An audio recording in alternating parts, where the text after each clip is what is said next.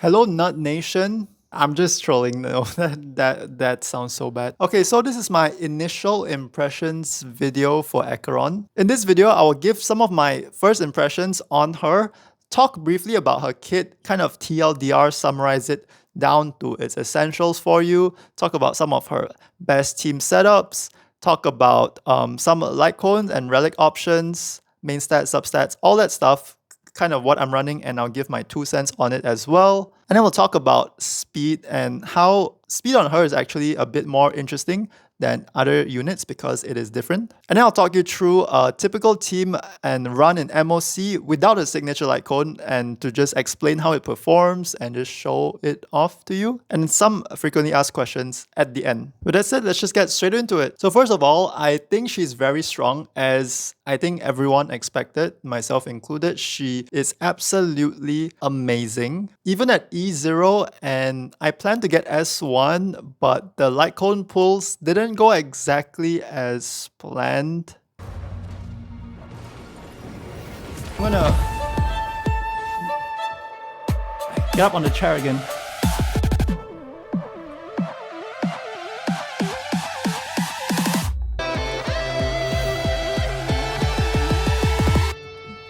I thought that was Nihility. I thought it was Nihility for a second.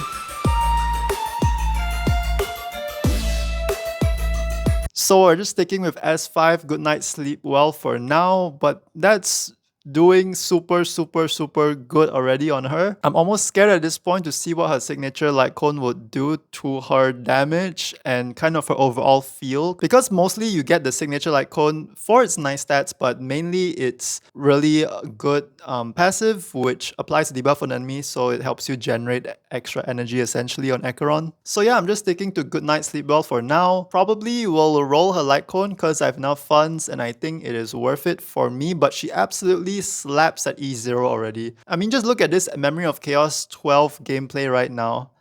Yeah. So a quick overview of what Acheron does. If you haven't watched any guide videos, or you have and you're just like me and you can't remember things, this is the TLDR of Acheron's kit. This is the core of her kit. So essentially, she's a hyper carry that wants Nihility units or debuffers essentially to help you gain stacks to reach your ultimate quicker. You build teams that support her so that she can be the primary source of your team's damage. And within her kit itself, her ultimate is the majority, big majority part of her damage. I've seen calculations that estimate that it's around 15% of her damage coming from her skill and 85% coming from her ultimate. So with that said, your teams really are built around trying to get Acheron, her ultimate, as soon as possible and buffing her and debuffing the enemies to ensure that when Acheron uses her ultimate, she does the most amount of damage possible. Her basic attack is super basic. Her skill does damage to a primary target and 2 adjacent targets, kind of like Jingliu's enhanced skill, kind of like Hook's enhanced skill, kind of like Danheng Imbibitor Lune's enhanced skill. It's one of those, right? Like Serval's E. And the damage itself isn't that impressive. At level 10, its scalings are only like 160% on the main target, which is not that high. And for the adjacent enemies, they get hit for 60%. For comparison, at talent level 10, Serval does a 140% multiplier to the primary target and also similarly 60% to the adjacent enemies. So it's only slightly better than Serval's. We know how Serval isn't really played for her E. Do note that her E generates 1 stack of what's essentially energy for her, and that's on top of being able to gain another stack if she debuffs enemies on her turn as well. So if you have a signature Lightcone or any other debuffing Lightcone, you can also get an extra stack there. So she can actually get 2 stacks with her E and 1 stack with her basic if she's running a debuffing Lightcone. Without a debuffing Lightcone, you won't get a single stack on your basic. Now her ult is where the money is at. It's the most complicated part of her kit alongside her talent. But in reality, it's just very unga bunga, do big numbers. Yes, there are certain mechanics to it. Like if you attack enemies, it consumes 3 stacks of, wait, I have to search this up. I don't even know the name off the top of my head. Crimson Knot. Crimson Knot. If you attack enemies that have Crimson Knot on them, you deplete 3 Crimson Knot stacks every time she does 1 slash with ultimate. She does 3 slashes of ultimate before the big final AoE boom. Every time you hit enemy and decrease it by 3 stacks, she does slightly more AoE damage for that 1 slash. At the end of the day, it's not very important. It's just something to know if you want to. And also she has some other traces. She has more to her talent, but it's just all very complicated ways of saying you just do a lot of damage with her if you play her in the correct setups and you give her the correct things she needs, which we'll talk about briefly. For these traces, you want to first prioritize her ultimate because that's where most of her damage comes from. Then her skill and talent can be leveled equally after that. Basics don't have to be touched. One of the main selling points of Acheron seems to be her technique, and after getting my hands on her myself, wow, it's really fun to just spam it and dash across the map. If I pulled Danheng Imbibitor Lunae, this is what I'd be doing. So now I have Acheron to be able to do this with, and it feels so nice. Even though she's not as fast as Danheng, I think it's faster than sprinting. I actually did a test, so let's have a look here. Wow, oh my god, they're running so fast. Oh, she's slashing even faster. Or maybe not, I don't know, I haven't counted up the times yet. Anyway, there you go, there are the results. It's super comfy for Simulated Universe. You can do the daily overworld mob farm thing where you can get a bunch of EXP so you don't have to level your characters with the EXP books and stuff like that if you're short on that, and it saves you a bunch of credits as well. And it's a great way to easily farm a lot of materials. Just a huge quality of life. So as Acheron has come out, we kind of see a few teams start to solidify. Mainly for E0 Acherons, I'm talking about here, we're going to be running triple Nihility setup. So Acheron and then 2 Nihility units and then a sustain. We'll talk more about what her best sustain unit is later. But good Nihility units for her are definitely Pella. In most scenarios, she's just really easy to build, easy to use, and just gives her a great defense down on the enemy. Especially if you have Resolution Shines as Pearls of Sweat Lightcone. And then we also have Silverwolf, which is great, especially against 1 or 2 enemies. We also have Welt, who is a bit harder to build and generally not as good at amplifying Acheron's damage since he is kind of focused on doing damage on his own. And it all really just depends on how cracked your Welt is. Then we have DOT units like Gwenaifen, we have Black Swan, and we have Kafka as well. Although Kafka, Black Swan, Acheron seems like a pretty good team, but it's pretty expensive. But if you can run it, I think the results are pretty good. Although Acheron's personal damage on that team will be lower, but Black Swan, Kafka kind of make up for it. If you want to break the rule of running 3 Nihility units, which, I forgot to mention just now, is because of this trace that requires you to run extra 2 Nihility units to get this juicy damage boost.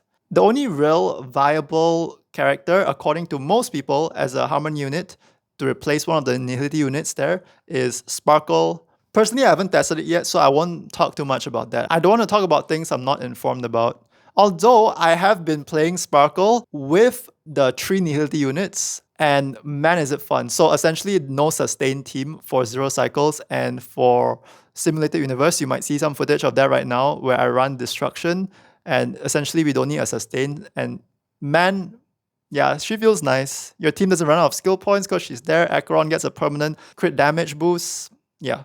But in terms of replacing a Nihility with Sparkle, I don't know too much about that. Feel free to let me know in the comments. As for Lightcones and Relics, seems like a lot of things can work. I'm personally playing Goodnight Sleepwell as 5. And like I said earlier, she's so good, you definitely do not need her signature Lightcone. But her energy generation, I'm just going to call it energy generation at this point. I know it's called Slash Dreams, but essentially Acheron energy. She needs 9 energy to ult. Her energy generation is definitely better with her signature. And in scenarios where that extra energy lets you ult, like for example 1 cycle faster in Memory of Chaos or Forgotten Hall or whatever limited cycle content you are facing, this Lightcone, her signature, can be a big upgrade compared to the rest of the Lightcones. However, in scenarios where you get the same amount of ultimates within the amount of cycles you're trying to clear by, the gap between Goodnight Sleep Well S5 and it definitely shrinks. For the Relic set, Pioneer of Dead Waters is the best one, and for planners, it's the new red and blue one. And for main stats, you want a crit chest, ideally aiming for a 1:2 ratio. Speed or attack boots, we'll talk more about that later. Attack or lightning damage bonus. Orb, usually you want to go for attack because you get a lot of damage percent from her traces already. You get like 90% from one of her major traces and 8% lightning damage bonus on her small traces already. But in scenarios where you're running both attack boots and attack rope, lightning damage bonus orb can actually be better. I think at the end of the day, it's really down to what substats you have on those pieces, and you generally just run the better substat one. The damage difference isn't too big. An attack rope is her only real option, unless you want to cook up some dank break effects Acheron build. Definitely show it to me if that's what you're running. And for substats, you want crit rate and crit damage. You want attack percent and speed as well. Although that really depends. Sometimes speed can be great, sometimes speed is useless. And we'll talk about that right now. This section is about speed and how speed is energy for Acheron, which you might already be like, yeah, obviously. But I feel like there's more to this discussion. So essentially, speed is energy to her because the more she moves, the more she can cast her E. If you have a debuffing Lightcone like her signature, the more you can get stacks from applying debuffs through that Lightcone as well. So essentially, more movements on her end is more energy, like it is for other traditional characters in the game. The more speed they have, the more they cast their skill, the more energy they get. It's the same thing. However, it is not only about her. See, enemies give Acheron a stack of her energy whenever debuffs land on them, whenever they are debuffed. Even by the enemies themselves, if one of those goldfish explode and it debuffs one of the other enemies, Acheron gets a stack there. Every goldfish exploded can be one stack. Also, every ally that lands a debuff gives Acheron a stack. So essentially, the more your characters debuff, the more stacks Acheron gets. And the more frequently they debuff, which they will do if they have higher speed, the more stacks Acheron gets. So at the end of the day, your Acheron can theoretically be slow and not really apply debuffs on her own, but instead run an attack boot, for example, to get more damage when she does ult, and try to run as fast as possible supports to make up for that loss in speed on Acheron. Think about it this way. It's essentially like speed stats on your supports is energy regeneration rate on Acheron. Kind of like how speed stats on Tingyun equals to energy regeneration rate for your carry. Because the faster Tingyun moves, the faster she gets her ult back, and the faster she can ult your carry to give them energy. So essentially, it's the same thing. And we know how much we love speed on Tingyun. I've seen like 176 speed Tingyun, 180 speed Tingyun even. Like people love speed on Tingyun. That's the one character we have hyper focus on speed for from the start of the game, and it's because of this. And essentially, it's the same thing now with all of Acheron's supports, even her sustain, if they can apply debuffs. Speed stat stocks are at an all-time high right now, and I don't really have any good speed pieces still, so it makes the pain even more pain. If you're just playing overworld, if you're just doing events, if you're just playing story, this isn't as important. I want to really emphasize that this is only important if you are doing limited cycle content. So Memory of Chaos, Forgotten Hall, Pure Fiction, stuff like that. Because in those game modes, you might know that there are these things called speed breakpoints, and people focus on this. And what speed breakpoints essentially are the speed required for you to take a certain amount of cycles within a certain amount of turns. It has to do with AV, action value, and stuff like that. And it's nice to know because this might be the cycle you need to clear by to get the 3 stars. However, their enemy is at 1 HP and your DPS only goes next on the next cycle. If you had, I don't know, 2, 3, 4, depending on the breakpoint, more speed in that scenario, your carry will have just enough speed to move before the cycle ends, and they'll be able to kill them then and there. So 1 or 2 speed can actually be the difference between a 2-star victory in Memory of Chaos or a 3-star victory. So why am I bringing this up? Why is this relevant? Because there isn't really speed breakpoints for Acheron per se, for herself. Sure, getting certain speed breakpoints can be nice for her to land extra debuffs on her turn. So maybe she is at 8 stacks, and to get the 9th stack, she has enough speed to move before the cycle ends. Because you speed tune her, she's able to get that 1 stack and then ults for your win. However, she really essentially doesn't have breakpoints per se in that regard, because what the breakpoint really is alt breakpoints. I think is the better way to look at it. The difference between getting 1 alt off and 2 alt offs within the first cycle of Memory of Chaos can actually be the difference of clearing it with 0 cycles or 1 cycle. Or if you have a weaker Acheron, the difference between getting 3 alts off and 4 alts off can be the difference between clearing within 3 cycles or 4 cycles, for example. And so on, right? Since the majority of her damage comes from her ult and not really her skill, and generating energy for her ult is largely dependent on your teammates, not her. Yes, she contributes, but your teammates, ideally all of them apply some sort of debuff to speed up the process, and like take even the core of Silverwolf, Pella, Acheron, Silverwolf and Pella, just apply 2 times or more stacks than Acheron herself because they're skill debuffs, they're alt debuffs, whereas Acheron's alt doesn't give her a stack on its own, and Acheron's skill only gives 1 stack without her signature Lightcone. So essentially, if you're trying to go for 0 cycle clear or 5 cycle clear or 3 cycle clear, you just want to get enough debuffs on the enemy to just get enough alts to kill the enemy. If that means your Acheron requires speed boots to let her use her E extra 1 or 2 times so she can get her ult again, that's probably the play.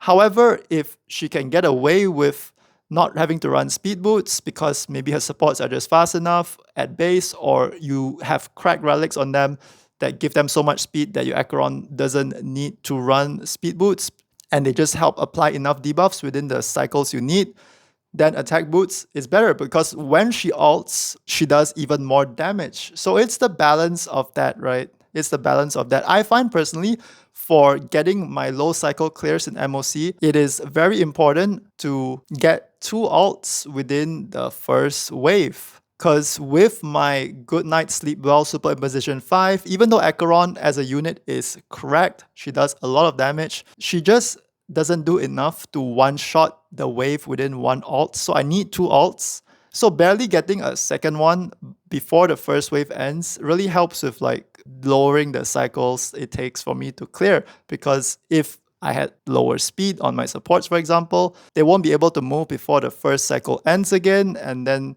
it would take a whole other cycle to clear the wave, even though they would just need to apply the debuff once when the next cycle starts and Acheron ults and the enemy dies, right? So yes, speed is ERR, energy regeneration rate for Acheron. Speed on your supports is ERR for Acheron. So now to get the most crack Acheron, you kind of need to get a lot of good speed rolls on your supports as well if there is a certain breakpoint that you're chasing that requires that. But most of the time, it's not that important. But I thought I just wanted to share this knowledge nonetheless.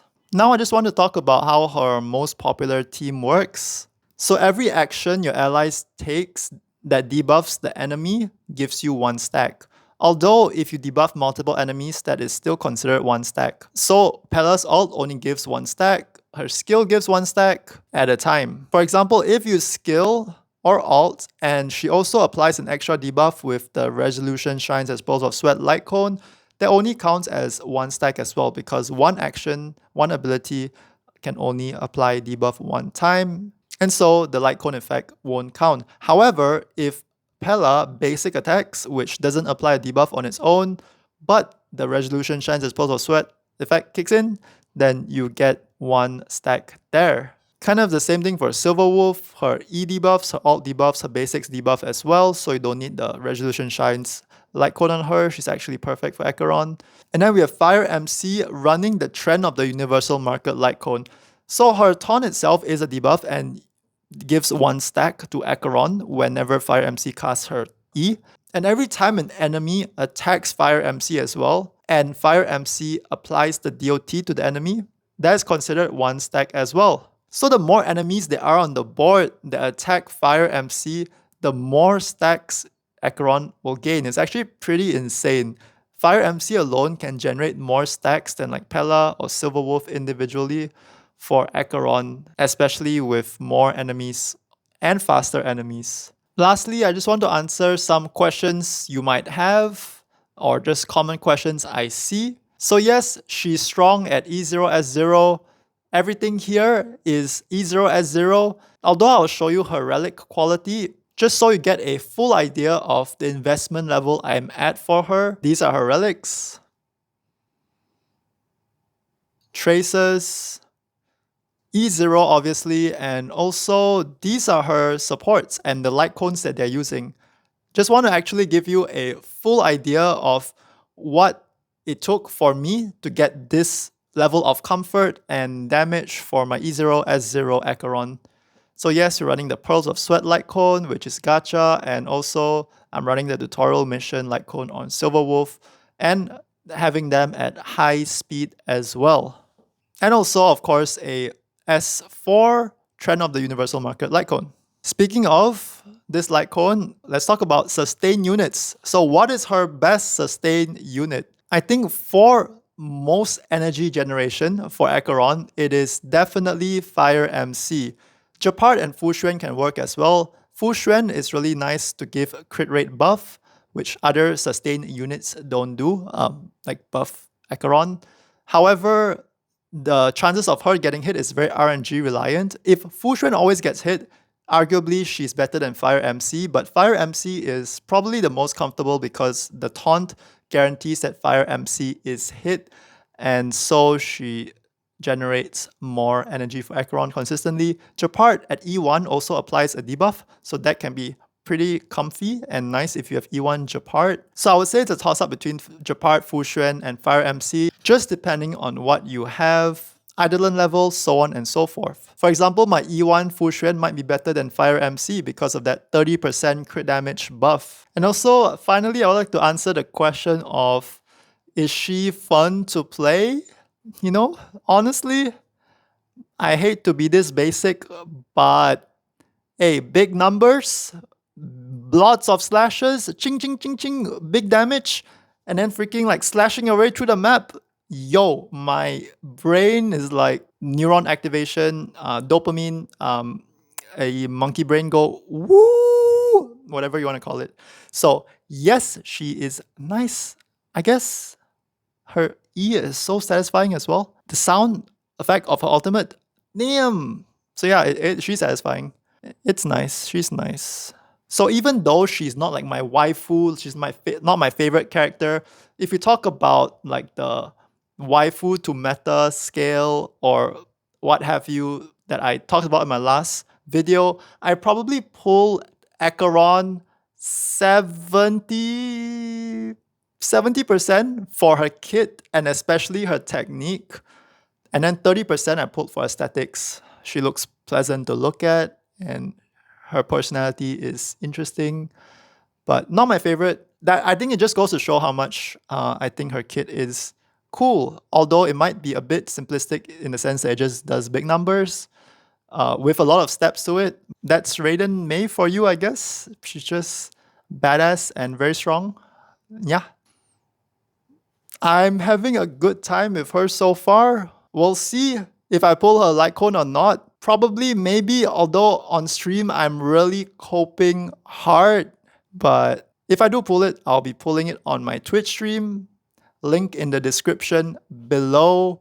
Feel free to come hang out. You're always welcome. If you joined the stream from this specific video, type XDD in the chat so I know, so I can spam XDD in chat to welcome you as well. XDD is great. We love XDD. I love XDD. XDD is supreme. XDD is life. Yes.